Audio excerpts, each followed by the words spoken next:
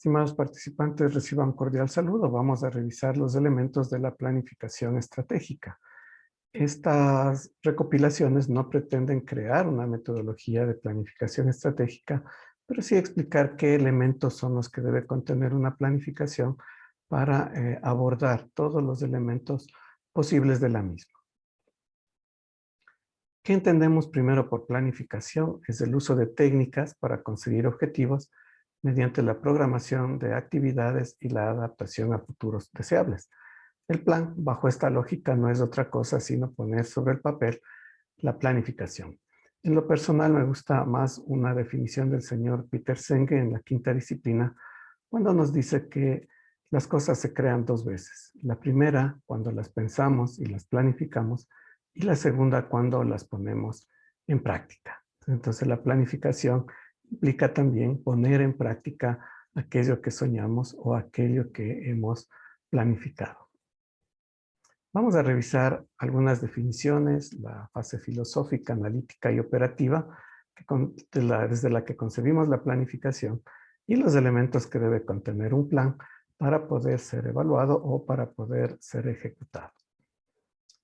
Cuando hablamos de planificación podemos distinguir siempre dos tipos de planes o de planificación. Una de largo plazo, estratégica, o que tiene un horizonte de tiempo acorde a cada negocio, que puede ser 20 años, 10 años, 4 años. En el caso del Ecuador, la planificación plurianual es de 4 años. Y otro establecido en el corto plazo, denominada también táctica u operativa, que tiene un horizonte de tiempo entre 12 a 18 meses, dependiendo también del tipo de organización. ¿Por qué es estratégica o por qué una planificación debe considerarse estratégica? Básicamente porque este calificativo, que puede ser una acción, un plan o una decisión, merece ser determinado ante toda situación que conlleve dos condiciones. La primera, que sea de largo plazo, es decir, que englobe muchos aspectos de la organización. Y la segunda, que afecte a la vida de la empresa, organización o a la misión que está planteada. A esta afectación se le denomina también factor crítico de éxito. El factor crítico de éxito es aquel que nos va a permitir obtener logros, que puede reflejarse a través de un indicador o que puede reflejarse a través de metas. De ahí que la planificación estratégica vendría a ser un proceso técnico, ordenado, que nos permita generar un paraguas conceptual a través de enunciar los objetivos corporativos y la estrategia de base que va a adoptar una organización. Y además generar el proceso o productos intermedios que van a ser valiosos para las operaciones. Bajo esta lógica, justamente nosotros podemos concebir a la planificación bajo algunos esquemas. Primero, una fase filosófica, una fase analítica y una fase operativa. En cuanto a la fase filosófica, que es la que comúnmente se conoce como planificación, hasta los 80s, los 90s, se entendía la planificación estratégica únicamente con esta parte, pero no había un proceso analítico que se fue incorporando luego y tampoco existía un proceso operativo que se fue incorporando también. Cuando hablamos de la parte filosófica, debemos entender tres cosas de la organización: esta vista como empresa, esta vista como personas y esta vista como productos. De ahí que la fase filosófica o en la fase filosófica hablamos como empresa de cuál sería su visión y cuál sería su misión respecto a los avances que queremos alcanzar o a las metas que queremos alcanzar en el corto, mediano y largo plazo. En cuanto a las personas, vendrían a ser qué valores tiene la organización para poder enfrentar estos cambios y cuáles son las políticas respecto a las personas, como por ejemplo estabilidad laboral, como por ejemplo capacitación, como por ejemplo crecimiento y desarrollo, como por ejemplo ambiente laboral en el que las personas van a desenvolver su trabajo, y los productos que se van a definir, qué características van a tener los mismos y qué beneficios van a tener para que esta gestión sea la más adecuada, sea la posible y que además sea probable. Tenemos luego una fase analítica y en esta fase nosotros podemos concentrarnos también En el cómo vamos a realizar las cosas, la fase filosófica es el qué, en este caso es el cómo y a nivel de diseño. Y aquí tenemos varias cosas. Primero, identificar la situación actual o diagnóstica de la organización. Luego, realizar un análisis competitivo. ¿Sí? Podemos utilizar, por poner un ejemplo, las 5 estrategias genéricas de Michael Porter, por ejemplo. Y además, de qué manera vamos a diferenciarnos a través de nuestros productos y servicios para captar esos mercados o esas oportunidades que tenemos.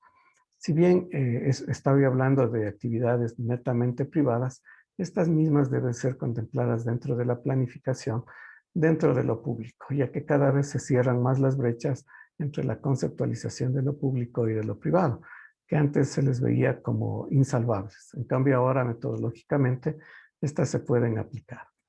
En cuanto a la situación actual, básicamente implica una conformación de unidades estratégicas de negocio, bien sea a través de una estructura interna institucional, bien sea a través de las actividades, procesos sustantivos o acciones concretas que se deberían estructurar para conformar justamente este negocio organizacional o esta visión organizacional. Una vez que sabemos qué es lo que queremos hacer, procedemos a realizar un análisis competitivo que consiste en establecer o en realizar, en este caso, una diferenciación de los productos y servicios en el mercado. Es decir, qué nos hace diferentes en cuanto a las acciones que debemos tener, en cuanto a los productos que estamos entregando.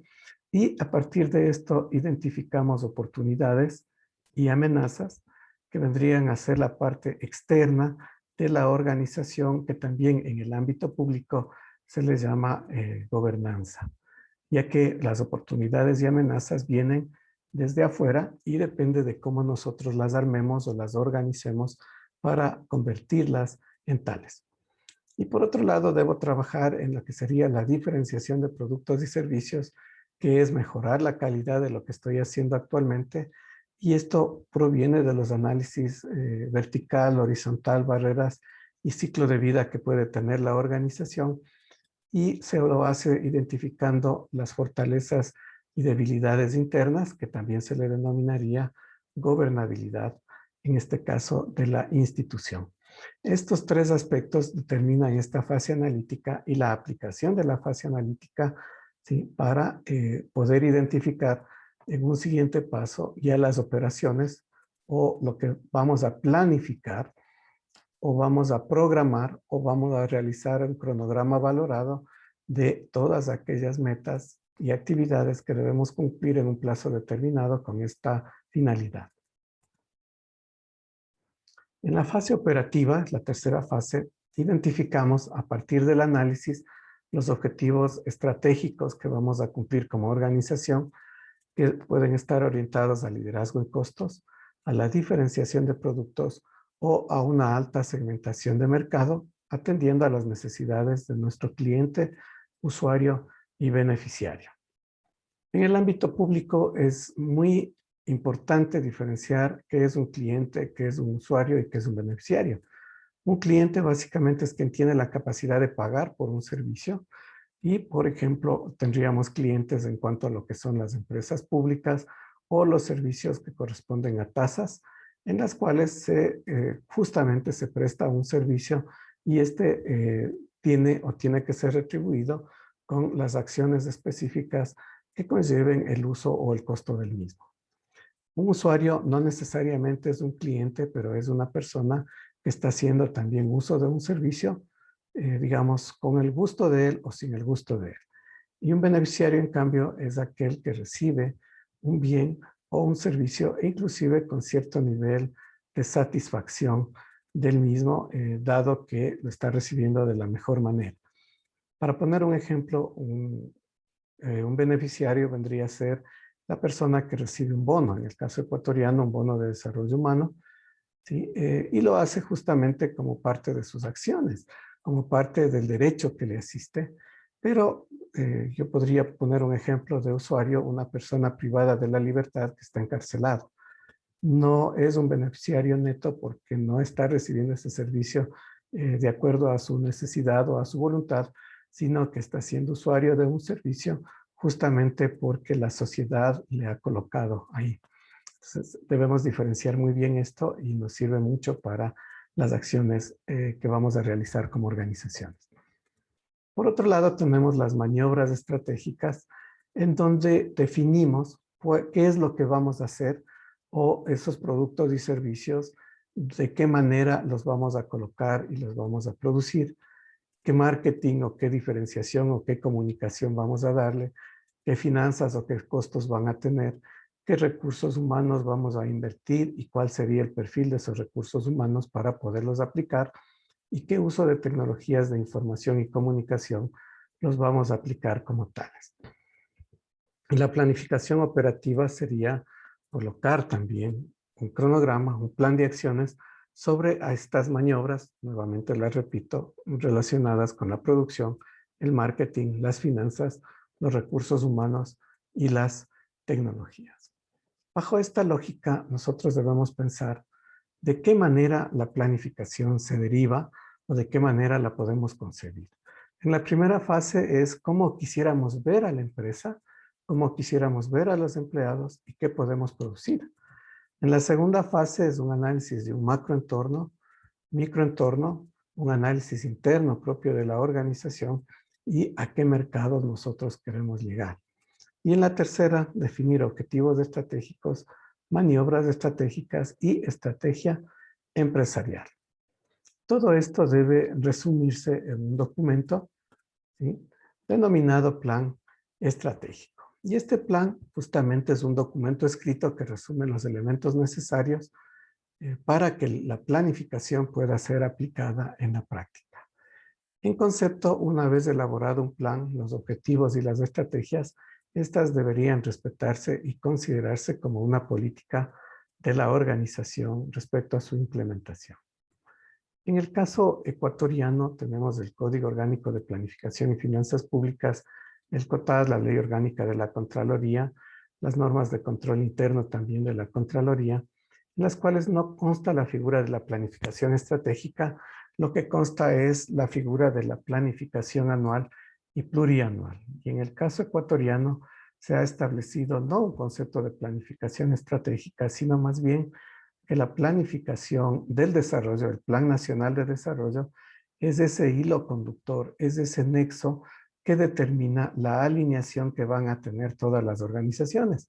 De ahí que el Plan Nacional de Desarrollo en el Ecuador vendría a ser la planificación estratégica de todo el Estado y todas las organizaciones deben valerse o deben considerar esta planificación nacional para efecto de sus objetivos y metas institucionales. En el caso concreto del Código Orgánico de Planificación y Finanzas Públicas, en su artículo 41, podemos indicar que los planes de desarrollo y ordenamiento territorial, ya a nivel de los gobiernos autónomos descentralizados de los que hemos hablado, ¿sí?, son los instrumentos de planificación que van a contener las directrices principales o territoriales también, o regionales también, respecto a las decisiones estratégicas y de desarrollo que permiten esta gestión concertada y articulada al territorio, pero nuevamente concebida desde la perspectiva de la planificación nacional o de desarrollo como tal. En cuanto a la norma técnica del sistema de planificación participativa, en esta promulgada en el 2019 y reformada en el 2020, se habla así de una planificación estratégica, pero que está descontextualizada de la norma, lo cual es bastante complejo. Pero es mi obligación indicarles que existen estas normativas y que en aplicación de la pirámide de Kelsen, que establece justamente cuál es la jerarquía de las normas, yo no puedo tener una norma inferior que esté reformando una norma superior. Sin embargo, les dejo la constancia justamente de este artículo 29 que establece esta situación. Bien, ¿cuáles deberían ser los contenidos mínimos de esta planificación estratégica a nivel de documento? Básicamente una planificación plurianual de la planificación como tal y una programación anual o alineada a los contenidos que acabamos de mencionar. Y el plan estratégico concebido bajo la lógica que estamos revisando vendría a ser básicamente o contener una visión, una misión, los valores y políticas, los productos y servicios que se van a generar, las unidades estratégicas de negocio que van a solventar justamente estos productos y servicios, la identificación del producto en el mercado en función de un sector, espacio y tiempo, el análisis de oportunidades y amenazas, los resultados del análisis vertical, horizontal, barreras y ciclo de vida, las fortalezas y debilidades y cada uno de los objetivos estratégicos y específicos, ¿sí?, de esta planificación como tal. En otras palabras, esta parte operativa, si yo defino una planificación estratégica a 5 años o a 4 años, vendría a ser mi plan operativo anual o plan de política pública anual para el año número 1, número 2, número 3, número 4 y número 5. Ustedes dirán, ¿para qué un documento debe contener ya una planificación para los 5 años? Porque este debe establecer el flujo de caja, las actividades y las metas por cada año para que pueda ser evaluable. Una planificación que solo contiene la etapa filosófica no es de utilidad, ya que si bien nos dicta qué debemos hacer, no sabemos hasta cuándo vamos a alcanzarlo. Una planificación que solamente tiene la parte analítica no es de utilidad, ya que no nos permite saber cuándo vamos a aplicarla y por tanto debe tener siempre estos 3 elementos. Y el último elemento, que es, si bien es operativo, viene a ser el más importante, ya que este define los plazos, los tiempos, los costos y los recursos que año a año vamos a invertir como institución o como sociedad para su cumplimiento. Muchas gracias a todos por estos temas revisados.